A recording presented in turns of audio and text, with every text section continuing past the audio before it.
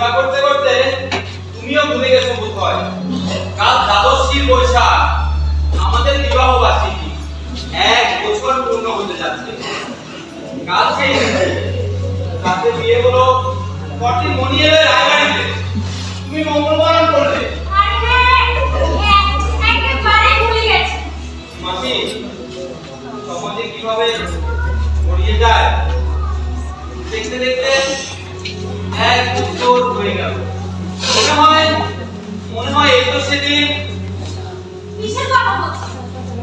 আমার ভালোবাসার সময়।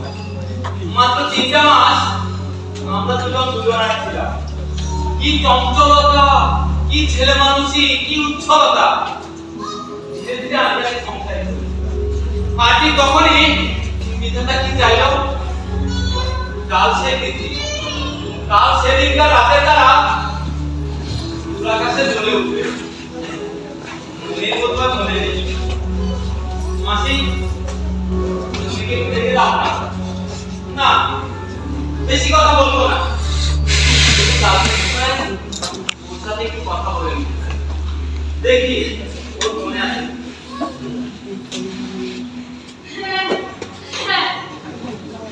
মাসি, তুমি এবারে দেখো না।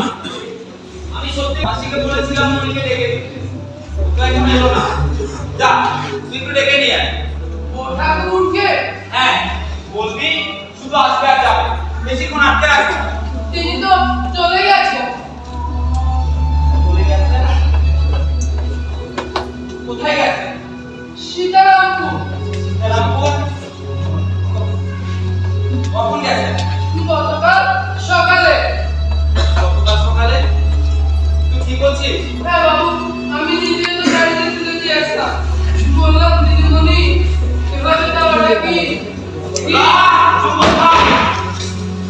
আমাকে একা থাকতে দাও। তুই এখান থেকে চলে যা। তুই এখান থেকে চলে যা।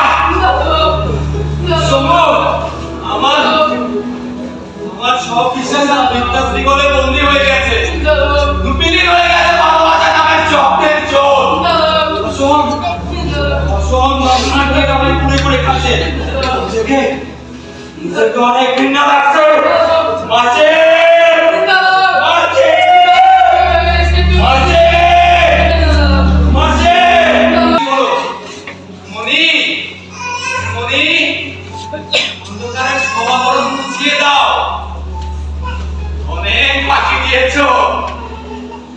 অনেক কাঁদিয়েছ, আর পারবে না।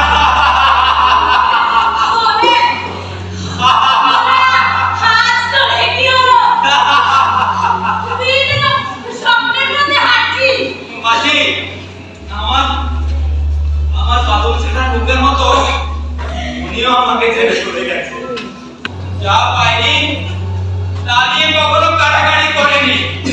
তারপরেও সমস্ত জীবন কেবল অপেক্ষায় করে গেলাম।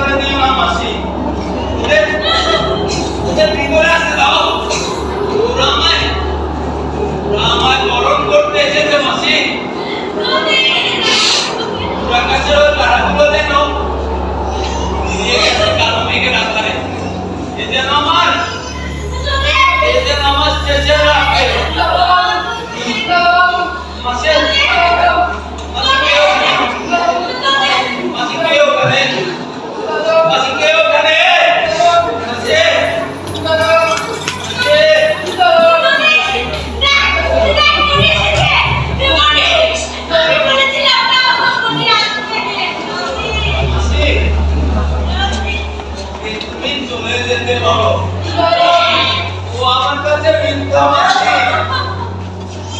ওই কারণে রাখার